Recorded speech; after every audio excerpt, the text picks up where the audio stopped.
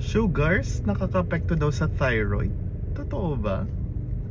It is but a pleasant day everyone. This is Dr. Brel Daralba, an internal medicine resident. Ngayon, sagutan naman natin yung isang katanungan ng isang viewer po natin na nag-comment po sa comment section ng isang video po natin dito sa TikTok. Sabi po ni Ma'am Akila Riz Shop 14, Doc, I've been dealing with thyroid issues and it's affecting my sugar. Totoo po bang bawal na ang sweets? Again, thank you ma'am for engaging and commenting on our videos.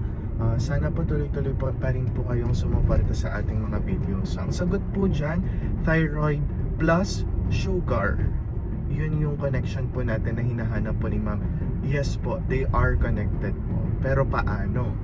So thyroid and sugar, lalong-lalo na kapag may pre-diabetes na kayo or diabetic na kayo in the first place, nakaka-apekto po talaga ito sa sugar control po natin. So they are really connected, and yes, it can worsen the problem of the thyroid issue if not controlled yung sugar.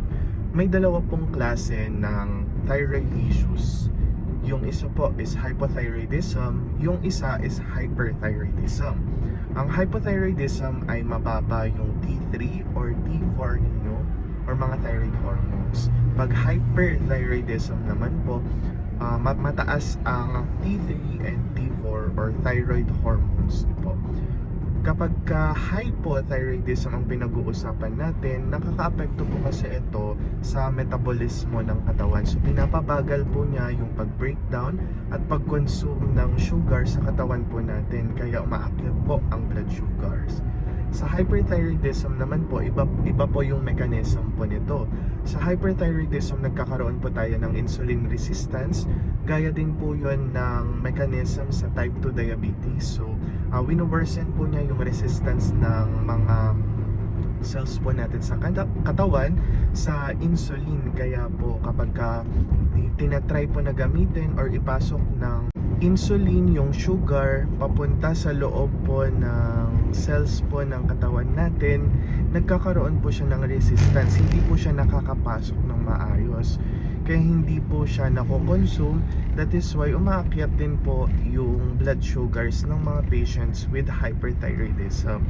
Kaya ang simple answer to that question is yes, it can really affect your blood sugar, whether it is hyperthyroidism or hypothyroidism.